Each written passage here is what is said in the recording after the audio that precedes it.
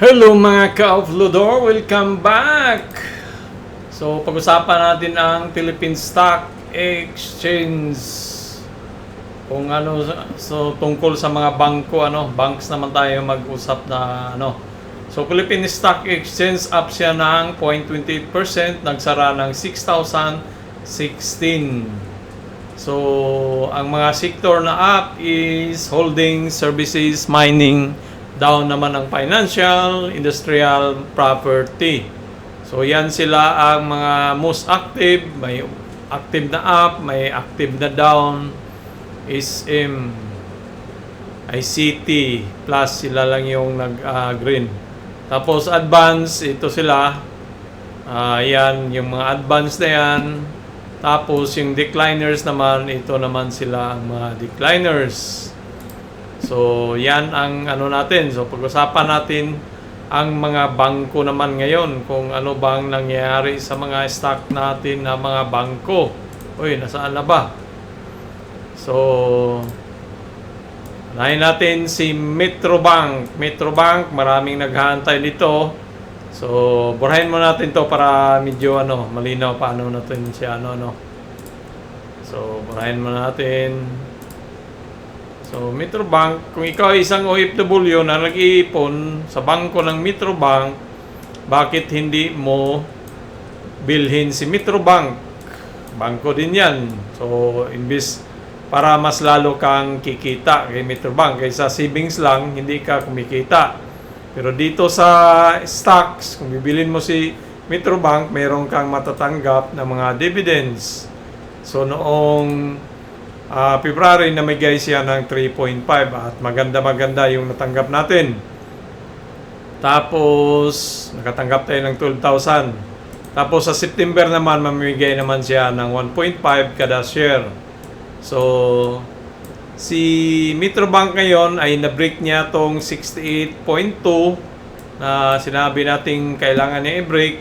So meron tayong isang kailangan niya i-break, itong 70.35.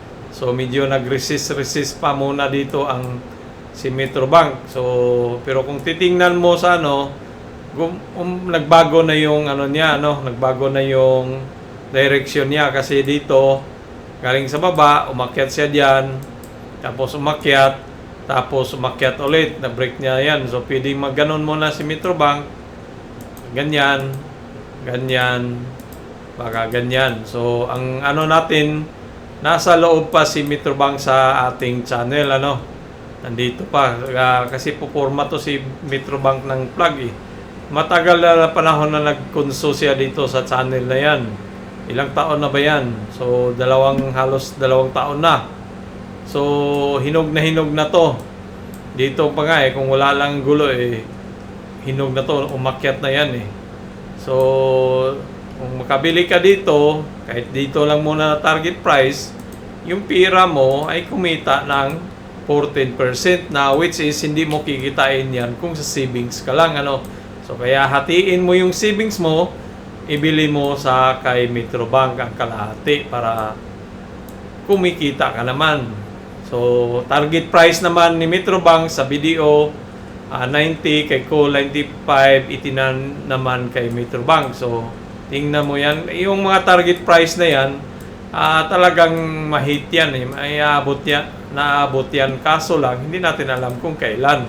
So, 1 year target price naman yan. So, hintayin mo lang yon. 28% ang angat din yan So, 28% ang tubo mo. So, sa mga OFW dyan na may savings kay Metrobank, huwag nang magpaligoy-ligoy pa, bumili na ng stock para kumita ka rin. Next, we have yung pinag-usapan natin dito, yung app, yung video, talagang down pa siya. Down, video, BPI, PNB down, so sara natin para malinaw. So, si eSwiss ay, ang natin dati, last nating vlog, is aangat siya dito. Tapos, pwedeng mag-pullback yan dito sa baba. So, sa ngayon, up lang muna. Ang nakaganda kay eSwiss ay upward direction siya, So, paakyat siya, nasa loob ng channel, nasa gitna siya ngayon. So, malapit na niyang mahit itong top trend line natin. So, kailangan ni i-break tong 13, no? 13.52 yung consolidation. Kung makita mo si Swiss, bullish na bullish siya. Yung ano niya, yung tawag nito, yung candle ngayon, yan, bullish, oh. Yan. Tapos, malaking volume, ano, so maaaring ngayong linggo, baka mahit na niya yung up na yan na 14.2 na target as trend line. So, wala tayong target price nito sa ating mga broker. So, wala tayo, hindi natin nakuha. So, si TradingView na lang kung may target price ba siya kay... So, strong buy target price is 13.7. So, 13.7 is dito talaga sa ating trend line. Yung top na resistant na yan. So, yan si Swiss. Next is China Bank. So, sabi natin dati, si China Bank ay nag-form ng bull flag. So, maaring darating panahon, angat ma-break na to niya. So, si China Bank, may bibigay siya ngayong 2.8, ngayong 29 April ang X. So, dapat bibili ka nito ay 28, bilhin mo na siya para maabil mo tong 2.8 kada share na babayaran ka ngayong 14 May 2026. Sayang, hindi pa inabot ng sahuran, ano, hindi tayo makabili, wala tayong buying power. So, makasakbay sana tayo ng dividends. Ito yung nakaganda sa mga mga stocks na namimigay ng dividendo, ano, habang naghihintay ka na tumaas, ay binibigyan ka ng pira. So, dito isipin mo yan si China Bank last 2025, up siya ng 40%. Saan ka pa? Nag-up within 6 months or 3 months lang, ano. So, ang target price natin kay Metro Bank, China Bank, wala. Hindi natin nakuha. Pero kay TradingView ay mayroon tayong target price na 104. So, mayroon to eh. Bakit nawala? Nawala yung ano natin, ah. So, 104, napakataas na porsyento, ano, kung mahit niya yan.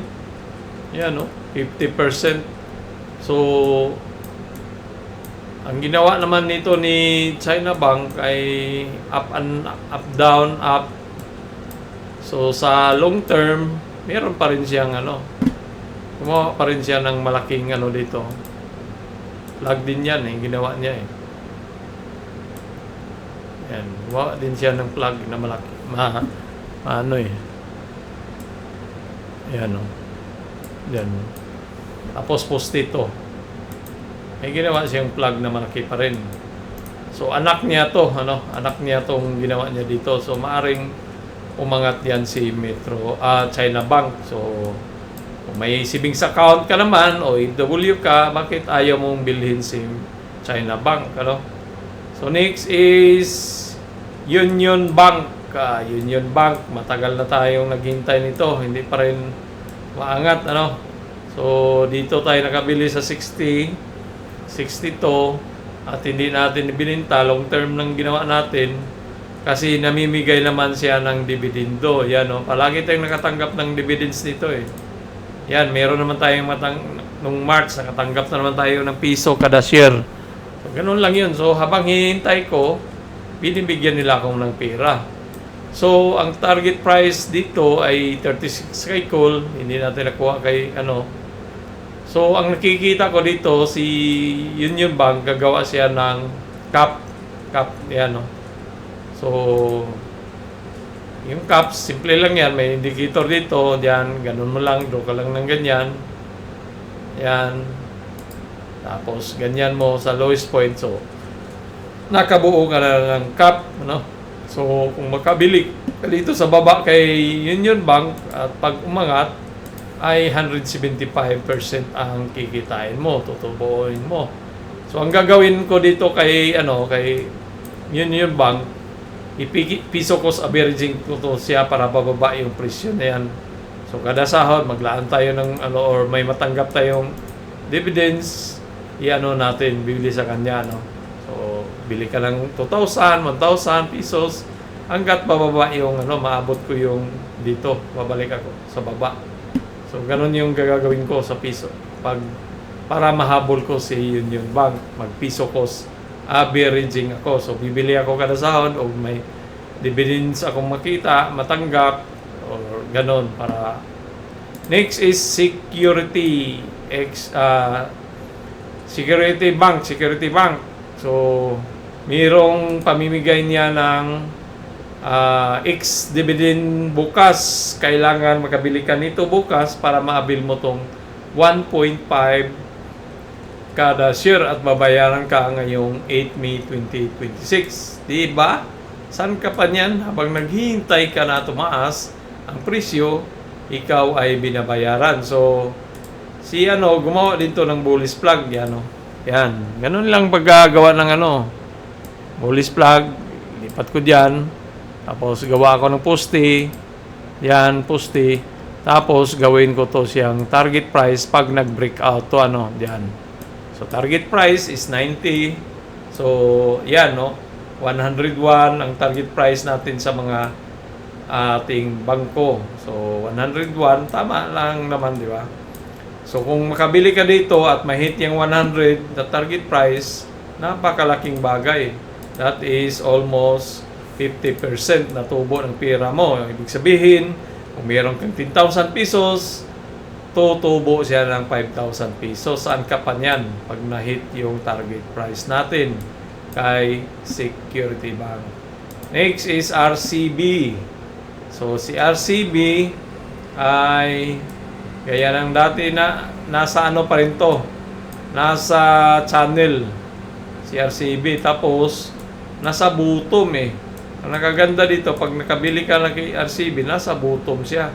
Bullish na bullish kasi mayroong dividends noong April pala So bumabawi. Nag-hold naman siya dito sa trend line natin, nag-resist at napakalaking kandila ngayon Yan So maari po yan na pwedeng umangat si RCBC dito sa 30. Ano bang target price natin ng wala tayong target price dahil nasa bottom nga siya ng trend line. So dito kay TradingView, wala tayong nakuhang target price. So, yan na lang, 30 yung natin kay RCBC. Next is, but not the least, sino ba?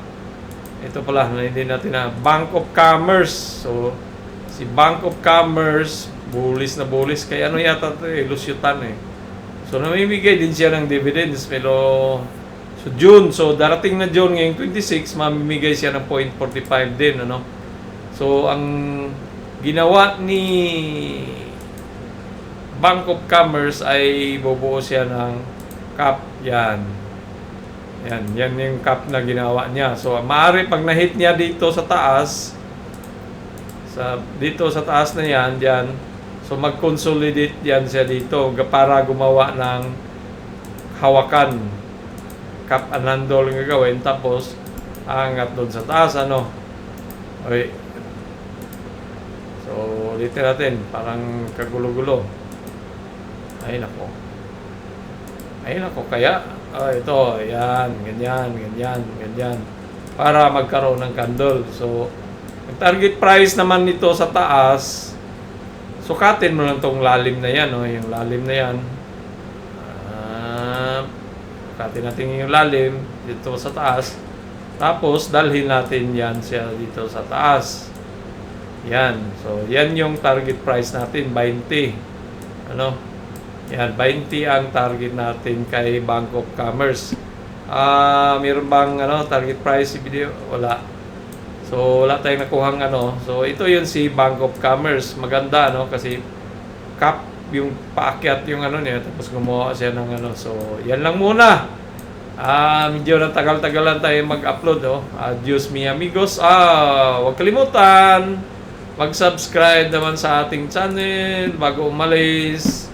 Kung nag-trade ka sa US market, mayroon tayong doodle goods to US market. At sa Pinas naman ay uploador sa Pinas market. Paki-subscribe naman dyan. Adios mi amigos, mi amigas. Babu.